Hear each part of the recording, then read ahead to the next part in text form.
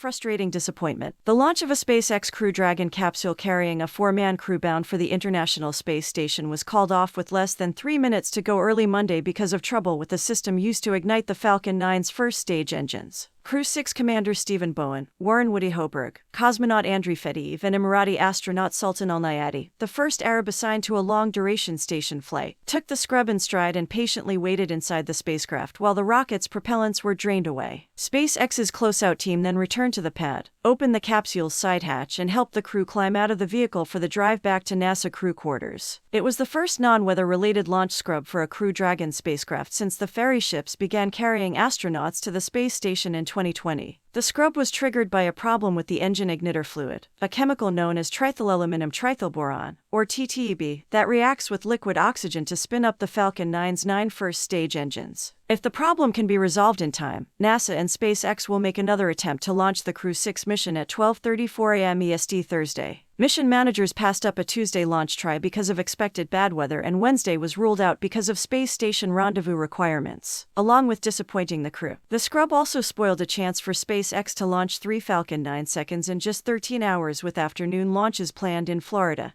and California to put 2 batches of Starlink internet satellites into orbit. Those flights appear to remain on schedule, but bad weather threatened the California launch. Whenever Crew 6 takes off, Bowen and company will be welcomed aboard the station by Crew 5 Commander Nicole Mann, Josh Casada, Japanese astronaut Koichi Wakata, and cosmonaut Anna Kikina, the first Russian to launch aboard a Crew Dragon. They arrived at the station last October and plan to return to Earth around March 6 to close out a 151-day mission. Also welcoming the Crew 6 flyers will be Sergei Prokopyev, Dmitry Petelin, and NASA astronaut Frank Rubio. They launched to the lab last September and originally planned to fly home in March. But their Soyuz MS-22 ferry ship was crippled December 14 when a presumed micrometeoroid ruptured a coolant line. After an analysis, Russian engineers concluded the spacecraft could not safely be used again because of the possibility sensitive systems could overheat. Instead, a replacement Soyuz, MS-23, was launched last Thursday, carrying equipment and supplies instead of a crew. The spacecraft successfully docked with the station Saturday night, providing Prokopyev